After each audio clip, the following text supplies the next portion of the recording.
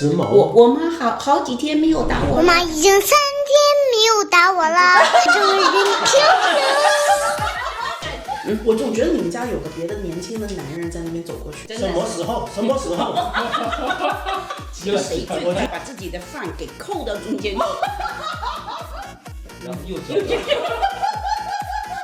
心情不好，身体不好，你能生出健康的蛋蛋吗？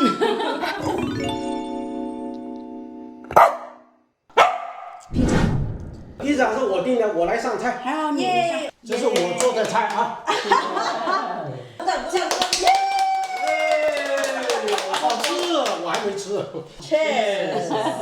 意大利的那不勒斯是全世界的披萨的发源地，然后当地出产一种披萨呢，是很多游轮都可以去得到吧。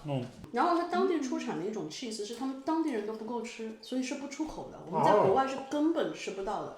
你知道那个 cheese，他们意大利人只做那种薄披萨，只做薄披萨，而且上面是没有这些什么 pepperoni 啊、什么 pineapple 啊，对，肯定没有意大利 pineapple。的人闻着 pineapple 不是意大利的披萨。是的。我们在吃的时候，我跟你讲一个笑话。那天弄了，你记得我那天收地瓜吗？啊，对啊。然后好不容易有一颗地瓜特别大，剩下都是小朋友。是的，是的，是的。然后我就特别珍惜那个大的，所以呢，我把地瓜放出来，我就小的开始先吃，煮过以后哈，小的开始吃。小的第一天就吃掉了。小的就开始吃，吃完以后，结果那个大的，等我发现它的时候，它已经坏了。这是经常出现的，你没发现有的人买一箱苹果，我相信很多人有共鸣，每天吃的都是坏苹果，然后就一直留，就是他一整箱没有吃到好的，然后最后没有一个好的吃到过。对，这就是不经意中就我们这一代的人会出现的这样一个情况，就是不是好的先吃。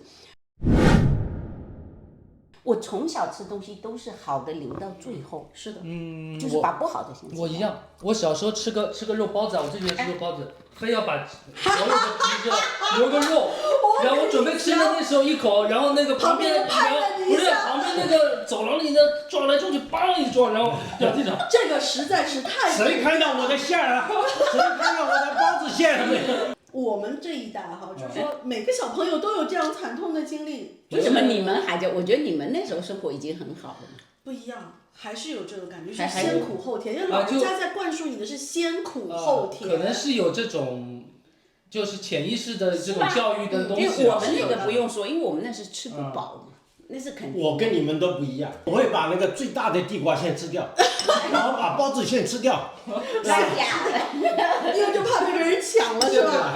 对，他不一样。但是我呢，我一定吃饭会留一口，最好吃的饭留在最后一口。不一样的嘛。不，他是这样啊，因为他是6个兄弟姐妹，还要加上他舅舅的2个孩子在他家，8个。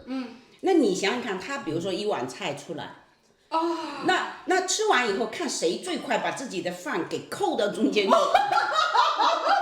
你们不要乱想象啊，这不是随便扣的，那是吃的差不多没有菜了，不是看到菜就一碗扣，不然老爸一巴掌上去。对呀，那不是给你扇到10万8千里去。我再说一件事，我那时候刚交女朋友的时候也是，我还没改掉这个习惯，我就吃东西，我把最好吃的、最想要吃的留盘里。一直吃别的，然后到后面他说：“哎，你这个不吃啊。”然后就这个就是年代留给我们身上的印记哈，真的是就是会这样，特别。对呀，你看以前我那个在大学不是那个买饭嘛，就是一个大排饭，那大排一定是留在最后的。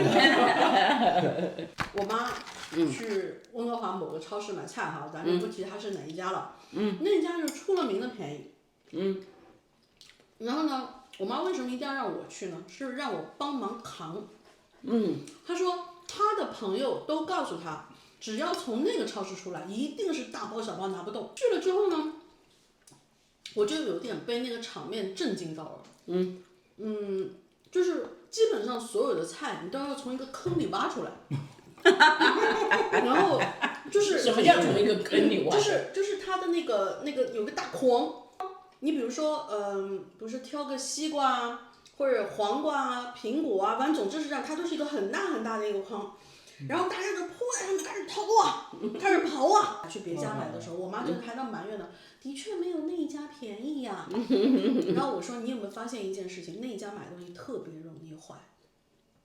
我说你知不知道在这边菜品哪怕是同一个出厂，它都是有分369等，价钱也分369等。那肯定。去到那一家超市的，它就是真的是级别最低最低的了，几乎都是这样子，可能再低就是要捐了那种，我觉得。然后也没有那么多的管理，说你这个到底什么时候出来的啊，然后温度。我就说你虽然少花钱了，但是其实我妈自己都说了，就是有将近一半都是烂了要扔掉了。那你这钱省哪儿去了？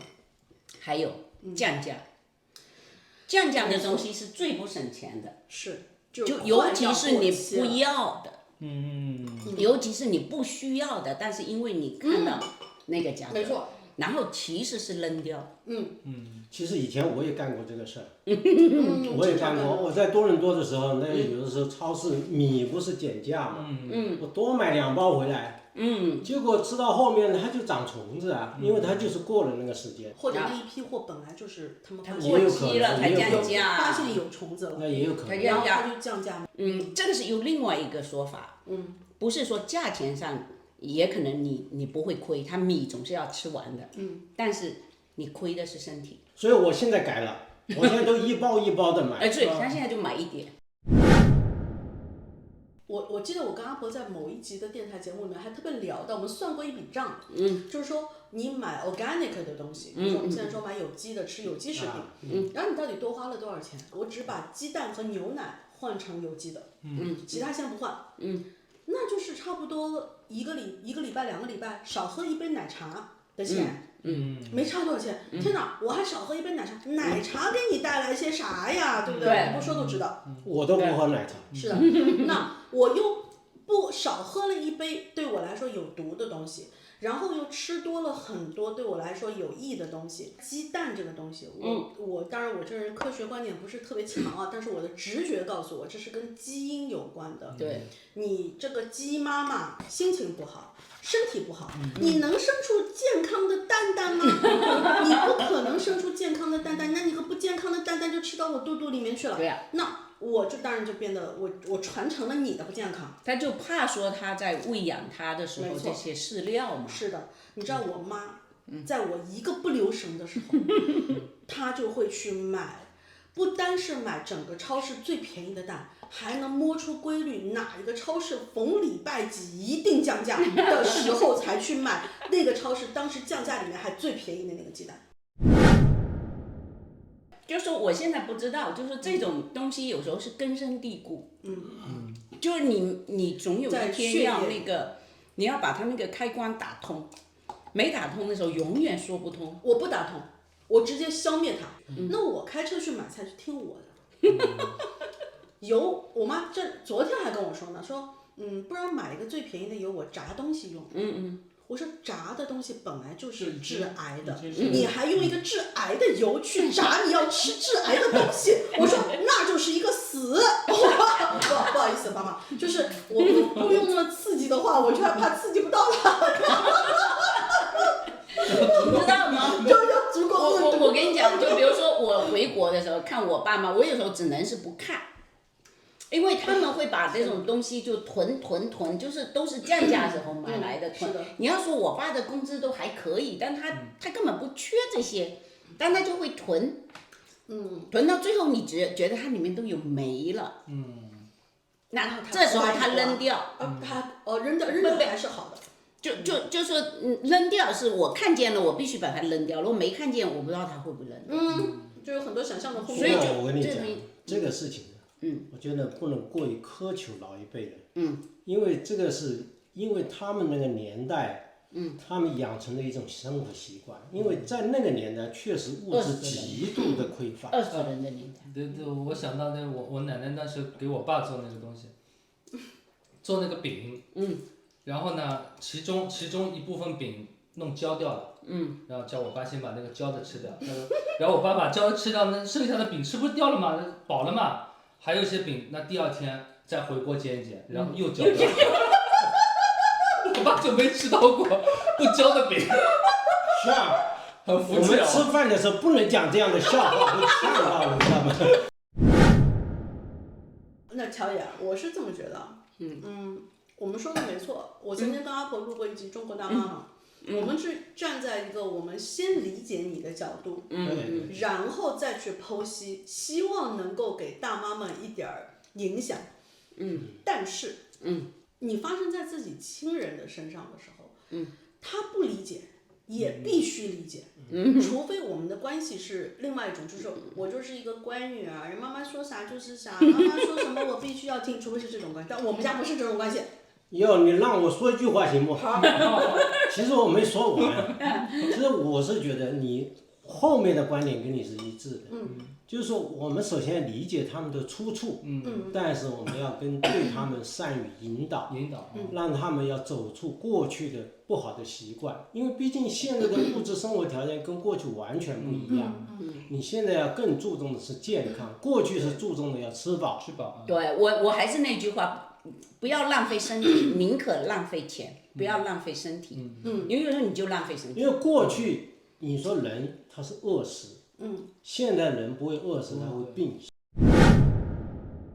比较主流的一些健康的理念，很多人是知道，但他还是做不到。你比如说前2天我去做指甲，帮我做指甲那个姑娘，就是她头发很稀疏，然后她就拼命想办法要增发，然后她就来问我，你有没有听过那个米诺地尔？是因为当你的身体营养不够的时候，头发是最早它可以放弃掉的那个器官。对，是。我说你在用米诺地尔之前，你有没有想过？你知道的，你已经认知范围之内的那一些健康的事情你没做到，你先把那些该做的都做到之后，你再去用那个化学的方法。他说没办法，我这个熬夜不行，维生素我从来都不吃，水果没时间，然后蔬菜没胃口，就所有的一切他都没做。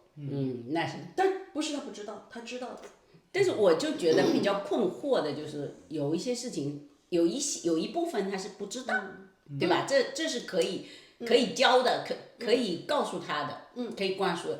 但是其实有一个我找不到这个点，就是他来求助于我说我怎么办，或者是我的父母这样，其实他们是知道的，就像你刚才说的，他是知道为什么，但他我做不到，我做不到。做不到，就很像乔叔的早年，他会有这样，他是知道的，他毕竟是知识分子嘛，他知道健康的重要。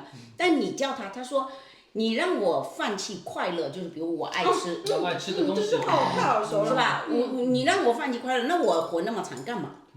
那我最后怎么破解它？我就跟他讲，你爱不爱你的家人吧？你先说，你可以觉得是我们当然不能去破坏你的快乐，因为那你改变着你很不快乐，当然你的内心就不能接受这些健康的东西。但是我告诉你，如果你爱你的家人，你想我们可以在一起，我们可以去走得更远，可以互相，尤其他到了50岁以后，他开始改变，他知道他老了，这时候我们就是要一起走哦，要互相扶持哦。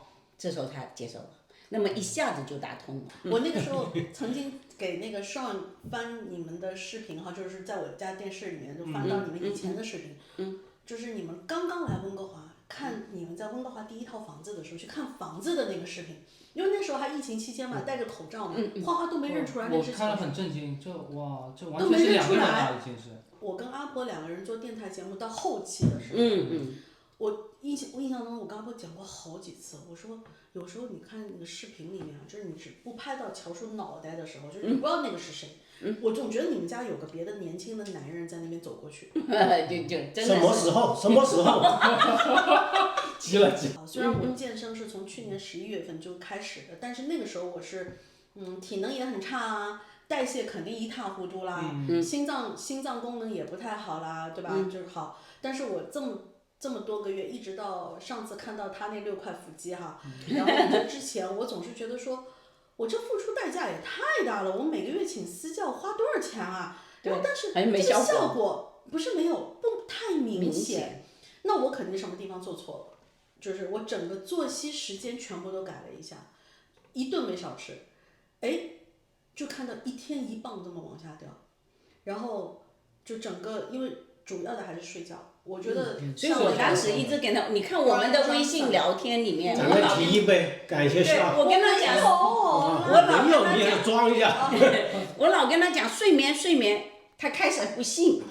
也不是那麻烦你再给还处一个在那个状态是什么？明知道是阿婆说的是对的，但我就觉得说我做不到啊。对，就这个公里的那句话起了作用。对，就是我做不到啊。臣妾实在做不到啊。做不到啊。那个 Brian Johnson 嘛，就是那个就是花了上百万，然后就是把自己给整年轻那个啊。然后这个李子酒呢？在那个冰箱门上。左边。谢谢。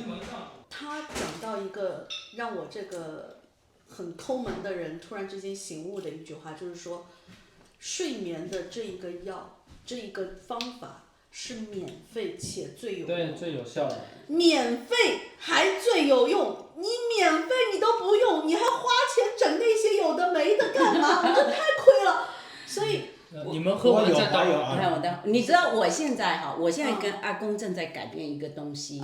昨天晚上刚开始做。啥？就是我们平时睡觉前会刷手机。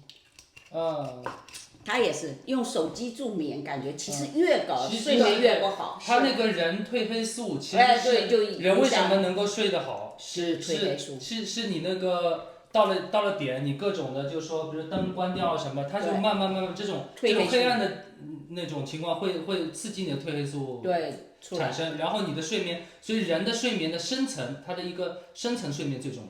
对，你到底是睡了多少质量？比如说你2小时的深度睡眠，这个是比你的就说你睡了8小时，但是没有任何深度睡眠的。对，你的那个道理也是这样，你前面就一直工作很迟，你不可能再睡。就是我要工作到精疲力尽，你就兴奋，爬着去洗澡，爬着上床睡觉。对，给我规定就是说，从我不工作就停止工作，停止对着电脑，到我睡觉，其实中间还有2个小时。到我关灯睡觉中间有2个小时时间，这2个小时不干别的，只干一件事情，就是对自己好。就当然内容很多，我们可以慢慢再详解啊。因为我跟他呢，最早我们2个那个时候，我给你看照片都很胖哈，那时候很胖，就是真的哦，你是没见过。我知道，就是你们那个时候还属于就是说，大部分我们华人认为的这个年龄段应该有的身材。你知道，因为那个时候什么，在国内嘛，你都应酬都是晚上，晚上吃饭，所以我们要根本解决我们问题就是晚上少吃，或者就开始就是叫168。但是有没有科学我不管，只是我觉得我们俩很合适，减轻了。然后现在最大的问题就是睡眠，所以我现在跟他讲，晚上我们看会电视，然后把各自的手机放得远远，然后要在卧室里面，我跟他讲，以后卧室里面要放一个钟表，因为免得你老去看手机，我几点了，你那个能看得见，然后你就能好好睡眠。在我们认识之前的，好像他也不健身，我也属于不爱运动，你那时候也没有，我 nothing，就唯一他。我第一次见到他，我还觉得他是柔弱书生。阿婆，你要像我这样认识他超过20年，你才知道啥叫做真正的柔弱书生，纸片人书生。就你见到过我以前，应该会很震撼，因为我以前是个病秧子的状态，就是所有人见到。我们小时候说的那种豆芽体型。你想我那时候是等于我175的身高，但是我的体重只有110斤都不到。跟我上大学的时候差不多。就他也是是吧，都是2根豆芽。然后就属于什么，你可以肉眼可见腮这边是凹进去的，整个人。然后那什么使你要去搞到现在是那天那个照片能不能公布？可以。我健身的原因，理论上也是跟我当时得了一场我觉得更重的病啊，不是瘦的问题啊，是我心理上的病。我当时已经抑郁了，就是其实是确诊的抑郁。确诊的抑郁，我是真正去那个心理医生那边看，然后医生叫我填个表，就是勾选各种东西，然后选完之后，他直接跟我说，他说你很严重，就是他说你严重到应该有自杀的倾向。最严重的时候，我就感觉我身边如果就是那一刹那的，如果我身边有一把刀，我可能就那个。医生给了一些建议，他说我知道你找不到快乐的事，所以你才会抑郁，所以我也不要勉强你怎么样，但是你先找一些能够让你身体就是从生理上分泌多巴胺的东西。那么就有几种，比如说唱歌，所以我那时候开始注册了全民 K 歌，自己唱唱歌啊，弄啊这样，因为唱歌可以增加那个。另外就是运动，医生强烈建议你多做运动，就是说不管是哪一类运动，运动都可以提升多巴胺的分泌。然后呢，唱歌的确是可以，但是唱歌它还是个短期的。就是说，好像啊，那一刹那结束了就好了。但是你还是不能天天拿着话筒。对，你不可能，你那一刹那好像在唱的时候是蛮投入什么，但是唱完好像过一会儿，而且有些歌就是伤感的东西嘛，越唱越痛苦，唱哭了。对啊，然后越来越严重。后来我后来发现运动呢，就是说其他的运动，比如说有氧运动啊什么，它也是那一刹那会，但是之后就，但是唯一就是我发现无氧运动是有个特别点，对力量这个训练呢，它弄完之后，它会让你的身形什么慢慢有变化，然后你会觉得你好像在越来越好，这个好其实是你自己觉得你在往一个前进的方向嘛，好像我更阳光了，更怎么样了，我慢慢觉得好像自信，对自己其实就有点像我们男生喜欢玩一些什么养成类的游戏啊什么这种，培养自己变成一个越来越好的状态，就有这种累积的让你能够我就觉得这个东西还蛮有意思。到后面慢慢，然后身边的人开始各种人认可，就是说，哎，你怎么变化好大，特别是好久没见到的。他在自己办公室里就自己给自己搭个健身房啊，厉害，搭的特专业。太羡慕你的那个健身房。就是正儿八经真正健身了，就是你又有力量训练，加上有氧训练，加上最后的拉伸。我从健身房里完了这一整套，基本上就花2个小时，最起码走出来的那一刹那是什么感觉？就是我刚从一个特别贵的一个 SPA 理疗中心弄完之后走出来的那个感觉，哇，身心舒畅，每根筋都是通的，然后那个外面的氧气一下就从脑顶灌到脚底板，就会觉得说天哪，好值啊！他特别跟我讲，就说你要得到多巴胺有很多种方法，包括恋爱，对吧？好，但是除了你在健身房挥汗如雨的运动，其他所有多巴胺的来源都可能会让你失望，唯一不会让你失望的就是健身房。一份付出一份收获，对，最公平的就是你去 gym 运动的这一段时间。是啊，每个人都是。你看他，居然去18打勇士赛，我们根本这辈子在之前不可能想到过，厉害，对吧？不可能想到。没那么厉害。好，为陶叔鼓掌。必须来，必须，来，必须来，必须的。你经历过了，你觉得好像没啥，对，但其实我告诉你，就是人生巅峰啊，巅峰就是巅峰。我跟他讲，就是人生巅峰。这么说吧，其实那个 Spartan Race 呢，我表现很普通，很一般，没什么。但你完成了。但是呢，其实我赢了，我感觉我闺女很开心。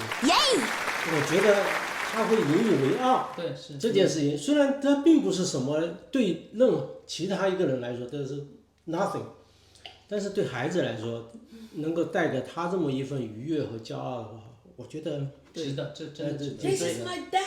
对，我爹他到处就觉得我爹特别棒。但同时呢，自己呢也确实感觉到，通过参加这些运动啊，锻炼啊，感觉自己的活动力增强，觉得自己的潜力原来这么强。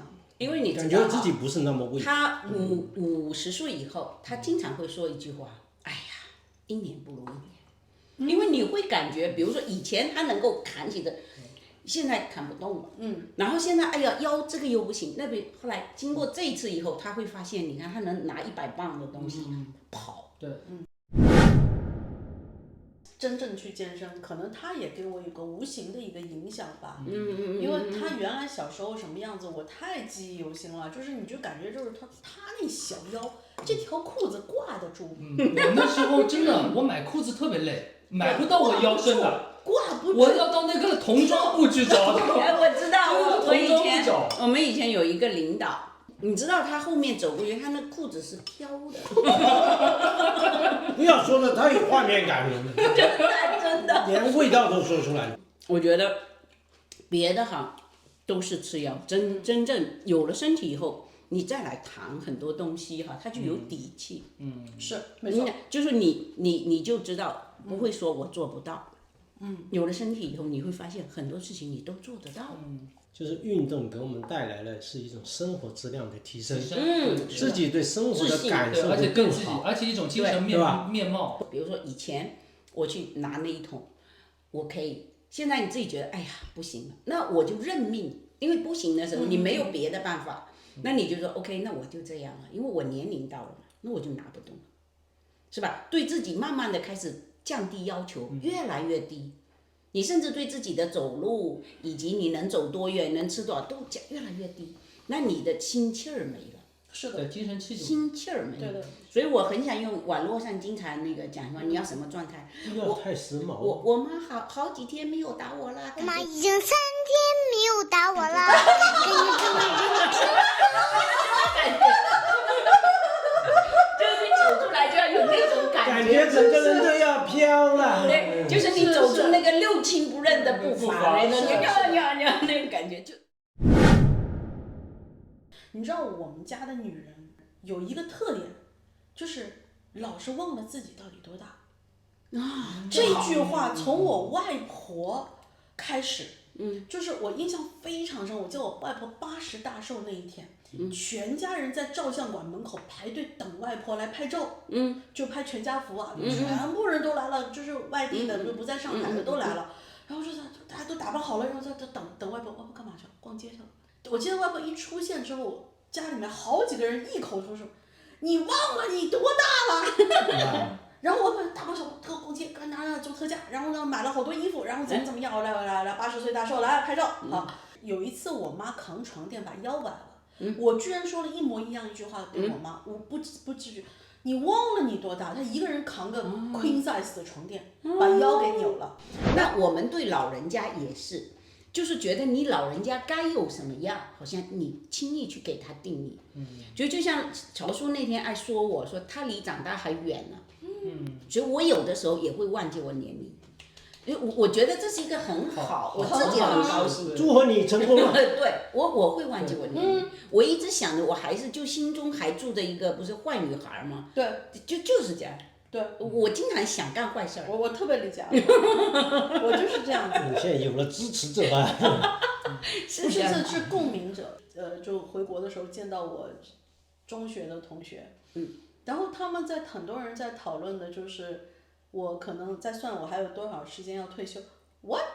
就是你们都认了，在这么多年我们分别的时光中，我没长，就光你们长。我觉得我还是停留在好像是刚出国的那个，还是那个感觉里面，那个时间和状态下。但我非常清楚，不是每一个人可以做得到。对。但是我只是希望说，如果有人能够听得到我们今天的对话的话，我只是有自己切身的一个体会。当你把你的 focus 的东西放在自己身上的时候，你开始可以感觉到这个感觉。所以有的时候我也会很想讲说，哎，归来还是少年。就像他那个，为什么他会去弹一些吉他？他弹的都是老曲，就是过去他喜欢的那些光阴的故事。那个时候就会让他在那个感觉、那个氛围下，他会觉得他回到了那就曾经少年的那个状态。这个是跟我们成长是自洽的。对。因为你是在那个环境成长的，你再回到那个环境，你会很舒服。对，他很舒服，而且他有很多那种很美好的东西留下在他脑袋里面。我觉得那个时候对他来说，他就会觉得他是很年轻的状态，然后他那个歌又能表达，我觉得这挺好的。虽然但是很烂，弹得很烂。弹琴，你不能去追求那个东西，就是你唱出你想唱的歌，不管你好听还是不好听，关键那个真的就像心灵按摩器，是的，骗人的歌声。是的，哎，我们都去唱歌，可以约一起唱歌吗？人生格言就是。我是必定来这个世界上大闹一场。孙悟空是另外一个，跟我没关系。我知道你有 Facebook， 但我加了你是我主动加你的。我回去看怎么回事。等一下，你听他说。来说。那段格言是你说的那句话，就余生很贵，绝不浪费。对，我们一定要开开心心。All you can see， 下午特别便宜 ，weekday 下午才几十块钱一个人。对，条件好的要死。就是从中午唱到晚上。而且我都有窍门的，先从那种就是能够给你开嗓的开始，然后就唱到哑为止。对，唱歌。我们都唱累了，花花。嗨歌，然后花花又开始串烧10几分钟，从头唱到尾的那种啊，就是中间有几十首歌串在一块儿。那厉害。反正我是属于不管吃东西还是唱东西，反正就永远就是最后你兜一下底哎，我觉得这个也是一种很快乐的方式，真的不一定说要那么严肃，你非得要怎样。我觉得只要你开心。没错，我们可以放一集在那边录，在卡拉 OK 里面。对。然后她就会是那种，就是那种这样标准男闺蜜，就是那种。花花学一个什么歌，下次跟我对唱，就是你找不到对唱的人的时候。